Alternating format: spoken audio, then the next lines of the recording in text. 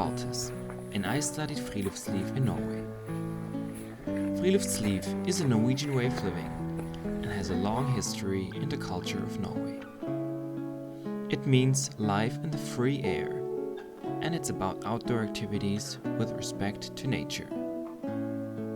During the next 6 months, we learned about this Norwegian way of living, and we got to experience it in very different ways, and learned to appreciate outdoor activities like hiking, skiing, kayaking, and canoeing in the beautiful countryside of Norway.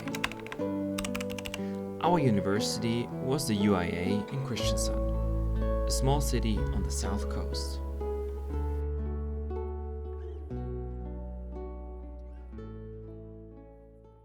We were a small class of international students from Germany, Hungary, Spain, Finland, and Australia. And we got to know each other very well during our time that we spent outdoors.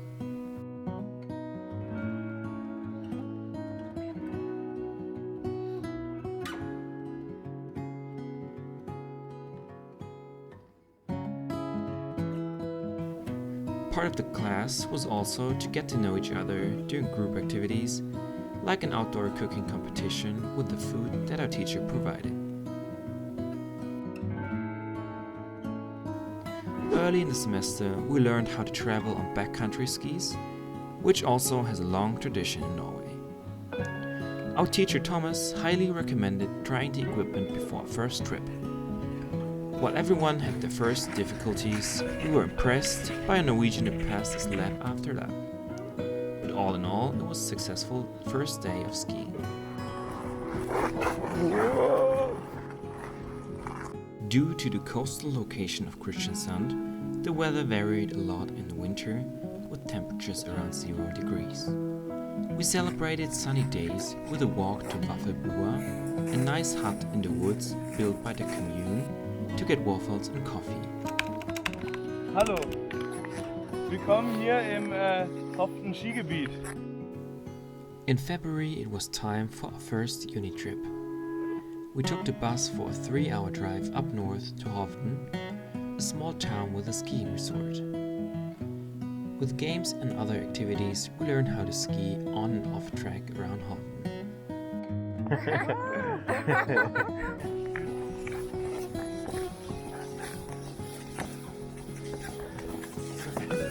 Snow conditions varied every day, so we had to use a different wax every day, and even klister to have a good grip in the snow.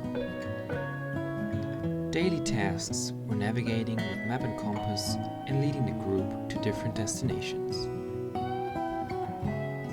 It was nice to see everyone getting comfortable on skis, and soon it was time to build a shelter for our lunch break.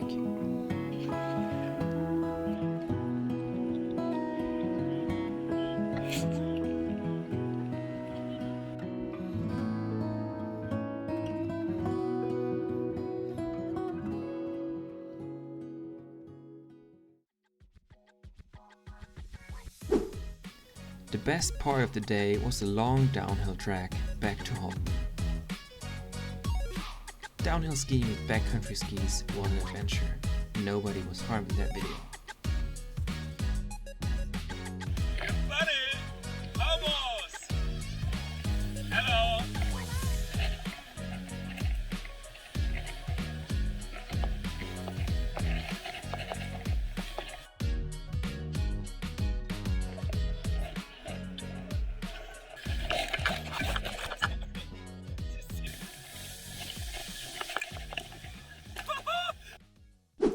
The UIA provided us with cozy apartments. We were able to cook our own food and enjoy the evenings together.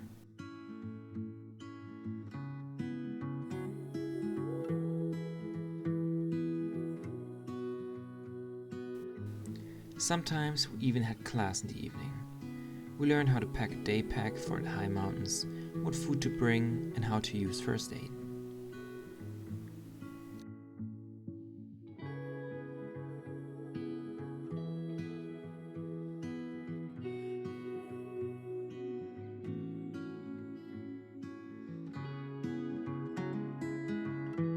The next day we experienced gnarly conditions with a lot of wind and snow.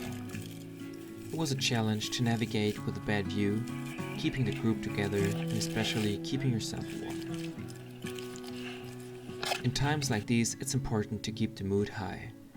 And I feel like after a week of group activities and a lot of challenges, it was nice to see our group coming closer together.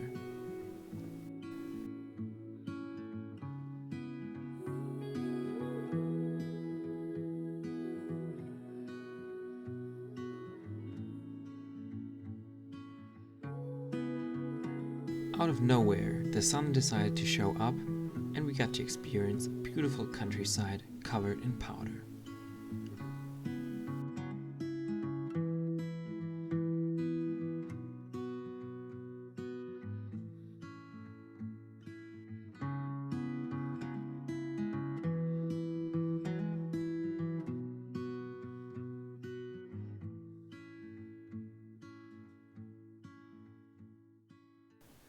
After a lot of backcountry skiing, we treated ourselves with a late night session of snowboard and downhill skiing.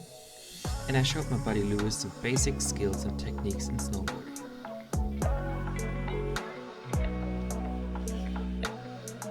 On the edge, yeah, exactly.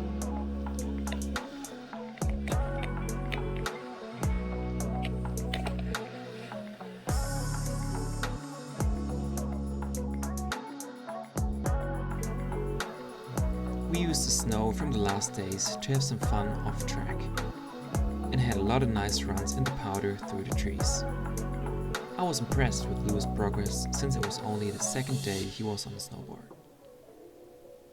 That was it, our first winter trip in Norway. I feel like we got along very well as a group, and that was just the beginning of the 6 months. On our next trip, I went with my international and Norwegian friends to a 1.5-hour drive to Listad down the south. Luckily, I had my 1999 Volvo 240, so we could transport all the surfing boards on my roof rack. It was a beautiful sunny day at the beach, although the conditions for surfing weren't perfect. The university provided us with all the gear, wetsuits and boards. We took our first practice rounds on some small waves. It was the first time for me, so I had to get a feeling for the board. I feel like the timing to get up was the hardest part. Filming was even harder, but I took some good clips of my friend Samu, who used some small waves for some nice turns.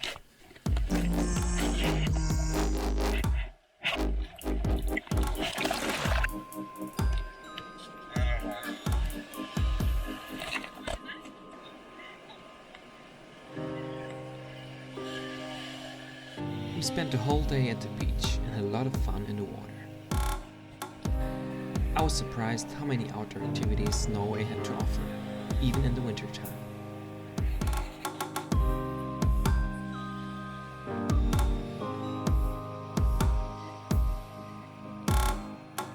At the end of the day, we were all happy but very tired.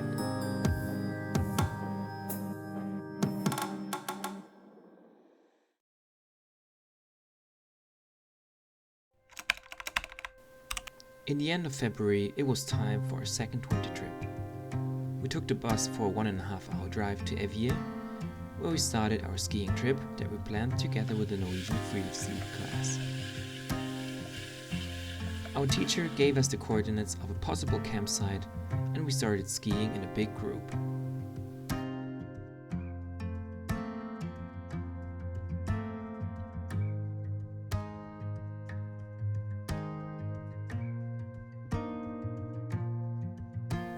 After arriving at the campsite, we had to find a flat spot and prepare the snow to build up our lavvu.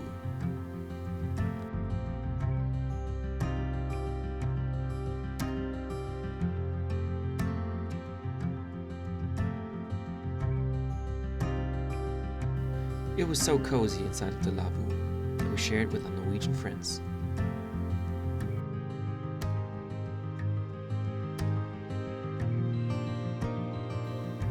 Because there was not a lot of daylight, we decided to set up a fire and started making dinner.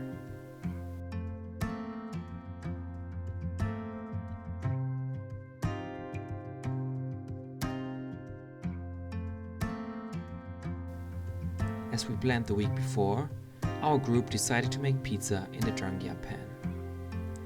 It was a little burned, but I can still highly recommend it.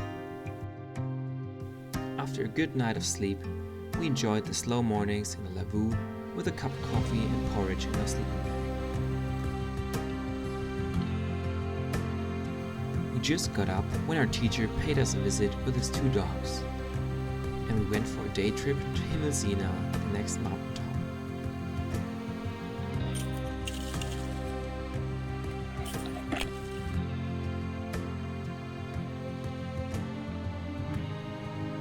Although the view was pretty bad, it had a magical vibe riding through the forest. After 3 days outside, it was time to pack up our equipment and to ski back.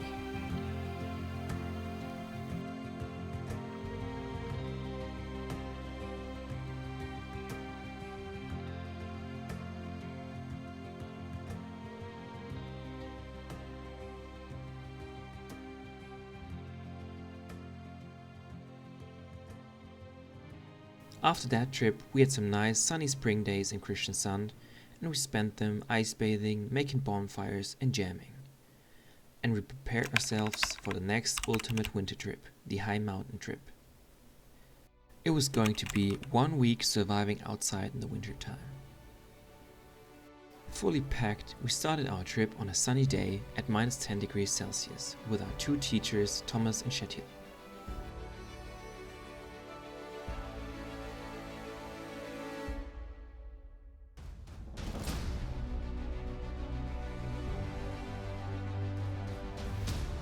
On the way to our campsite, we enjoyed the stunning landscape of the high mountains.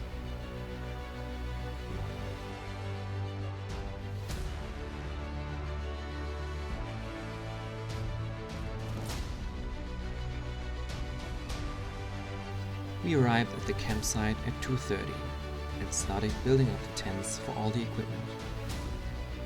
As the sun began to set behind the mountain, we started digging our mountain caves. 3 by 3 meter hole inside the mountain. While it was getting colder, we kept ourselves warm, digging in shifts.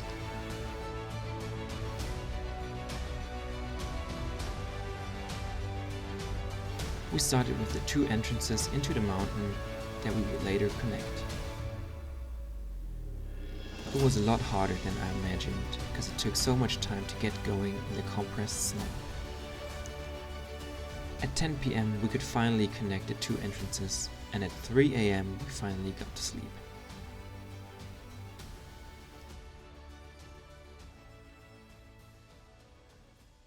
I can tell you it was a once-in-a-lifetime experience to sleep in a snow cave, waking up with the sun rays shining through the snow ceiling and the moderate temperatures between 0 and -5 degrees Celsius. I had 2 bowls of porridge with nuts and fruits for breakfast in my sleeping bag, because you need twice the amount of food to keep yourself warm during the day. Crawling outside to beautiful scenery like that and meeting the others outside was just amazing.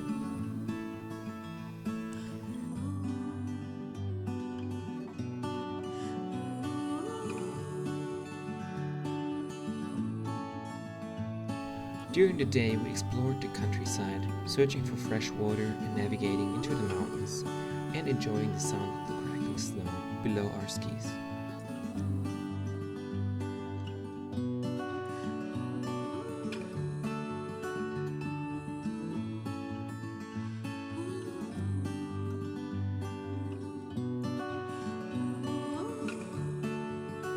We also used the second day to improve our snow caves.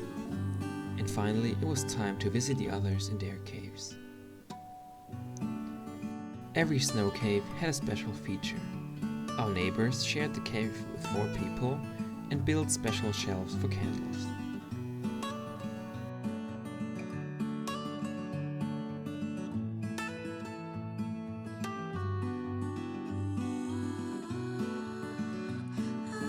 Every snow cave also had a small kitchen space for the Drangia, and some more storage room for the equipment.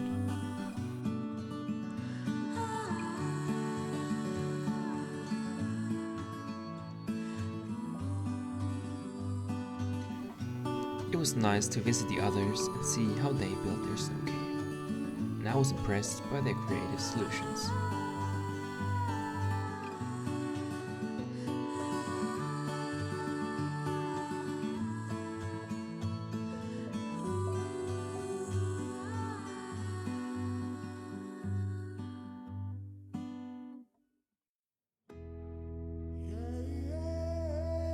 At my last stop, I enjoyed the hospitality of my Hungarian friend Peter, who offered me hot sausage.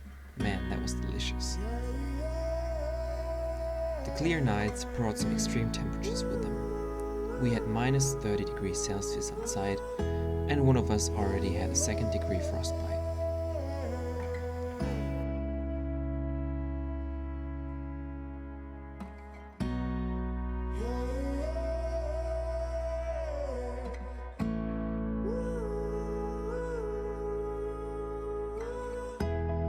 I also underestimated the impact of the wind because the minus 15 degrees in the morning almost felt like minus 20.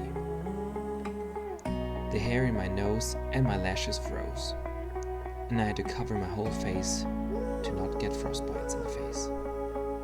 But still, it was beautiful out there, and we used the downhill parts for some full descents.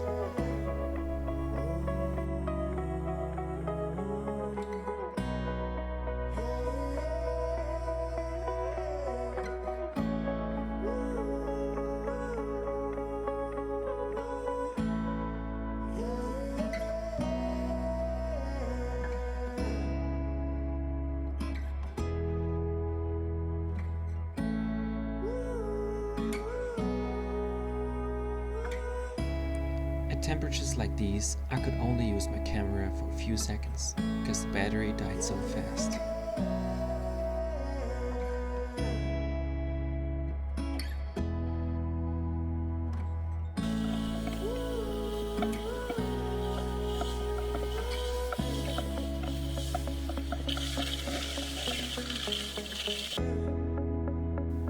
After 3 nights in the snow cave, it was time to pack up and get going. Even though the sun started to rise at 8 a.m., it was already minus 20 degrees Celsius outside, which was freaking cold.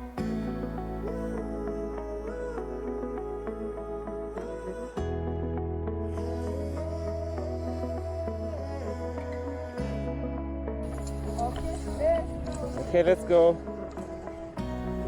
Skiing back to Hovden, I realized this was a very special trip and one of my favorite memories in my time in Norway.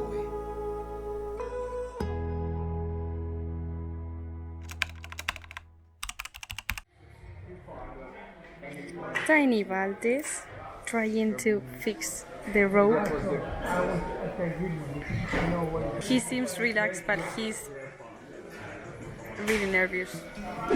After all these winter trips, it was nice to spend some time indoors in our climbing hall to recover from the last weeks. We learned some basic climbing techniques, lead climbing and knots.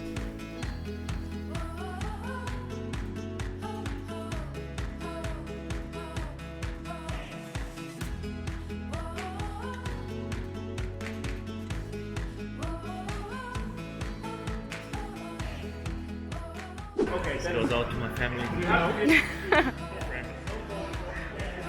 To Klaus. Klaus. Klaus.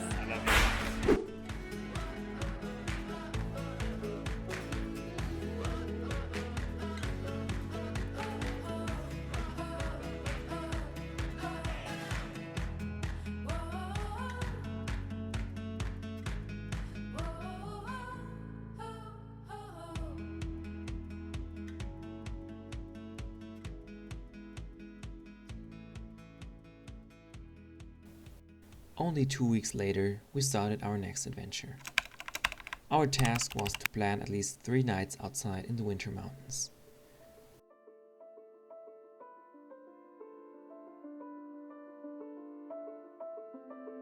We went to Hardangervidda with Noah and Samu from Germany and Vera from Finland. The Hardangervidda is the biggest mountain plateau in Europe and is known for its open and wide countryside. We started our trip at Solheimstolen on a beautiful sunny day. It was 18 kilometers to the next hut, but we underestimated the elevation, especially with the weight of the pulk. After 8 hours of skiing, we were happy but tired when we arrived at the first hut. In the evening, we planned the route for the next day and patched up the first blister from Vera. She was very brave during the day and didn't complain at all. I used the time in the evening to write some notes in my journal before falling into bed.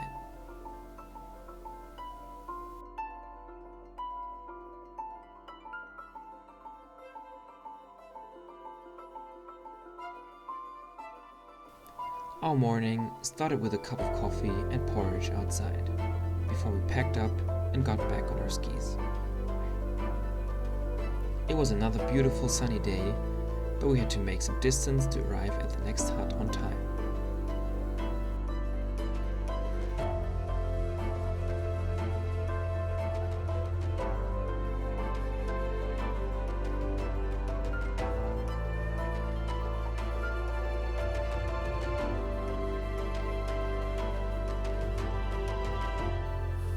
Knowing that we had to pass these large and wide areas was challenging.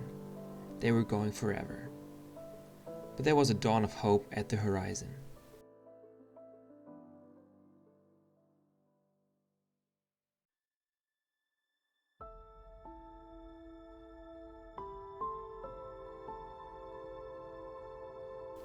We met a Norwegian couple in the middle of nowhere. They came from the hut that we aimed for and told us it wasn't far anymore and a beautiful hut awaited us.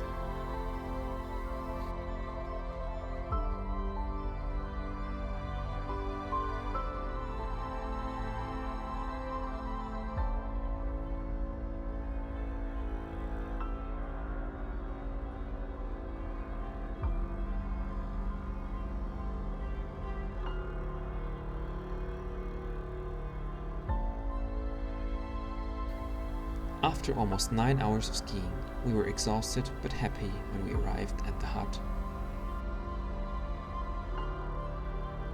After we unlocked the door, we realized that we had the hut to ourselves and it was still warm from the Norwegians that left the house hours before.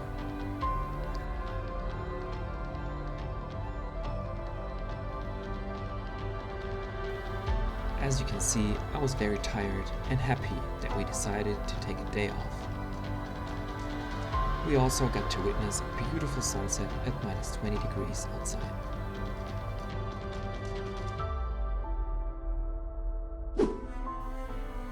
It was nice that we could use the kitchen for ourselves and had a nice dinner before going to bed early.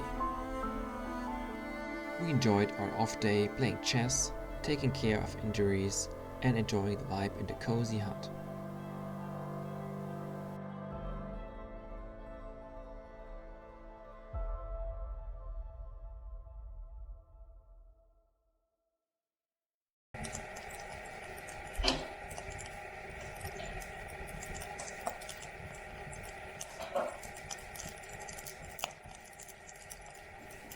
The next day we started our trip on a cold and cloudy morning.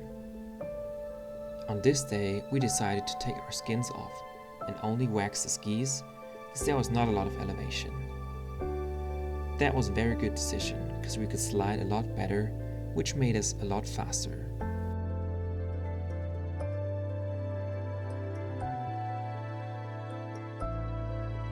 Yay, we made it in 5 hours.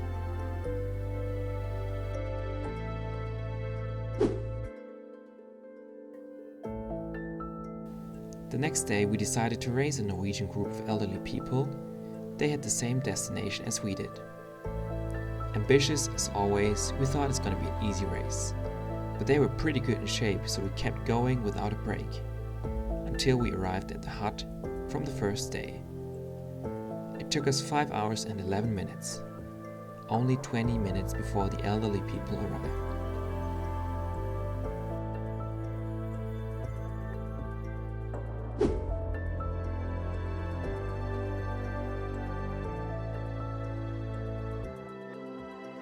On our last day back to Solheimstolen, we earned ourselves a long downhill stretch.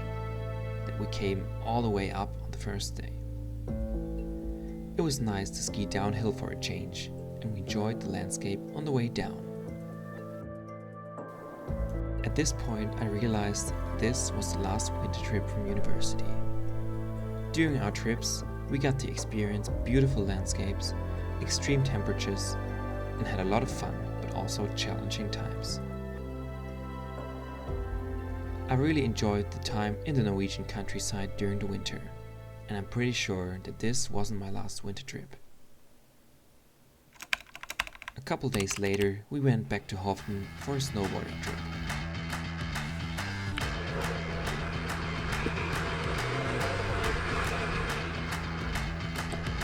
Let's see how my boy Lewis improved his snowboarding skills.